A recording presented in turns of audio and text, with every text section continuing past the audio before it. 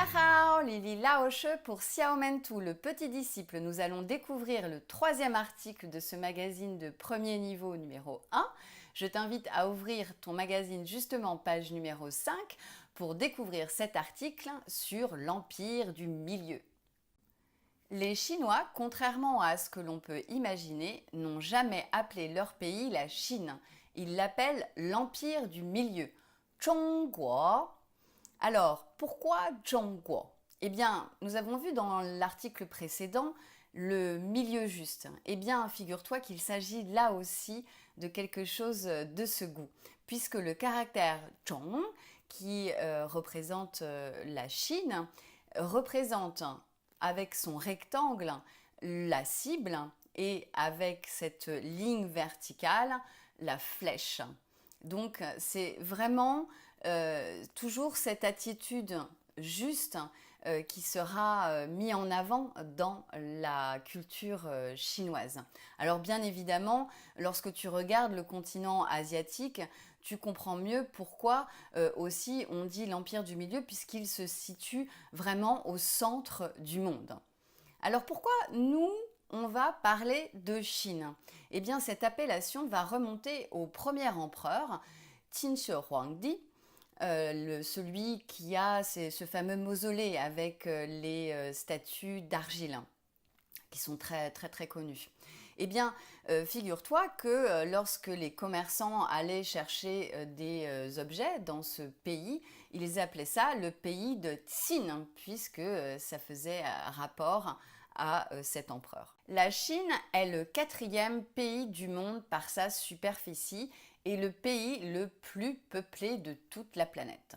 La Chine va être 14 fois plus grande que la France et il y a 20 fois plus de Chinois en Chine que de Français en France, pour te rendre compte un petit peu de la grandeur de ce pays.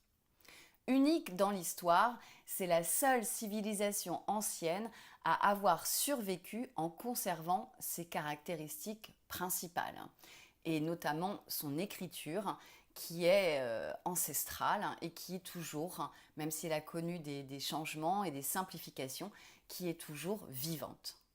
Tu pourras regarder sur la frise chronologique qui se trouve page 6 la présence de la Chine au cours de l'histoire comparée à des civilisations que tu connais telles les Égyptiens, les Grecs ou les Romains, et puis la France ou l'Amérique qui sont arrivés très tardivement dans l'histoire.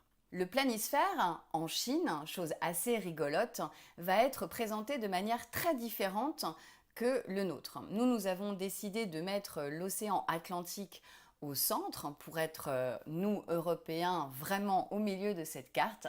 Eh bien, les Chinois ont fait exactement la même chose. Ils ont pris, eux, l'océan Pacifique comme repère. Et donc, du coup, eux, ils se trouvent aussi pleinement au milieu du monde. Voyons à présent le caractère guo, qui veut dire pays, nation, national.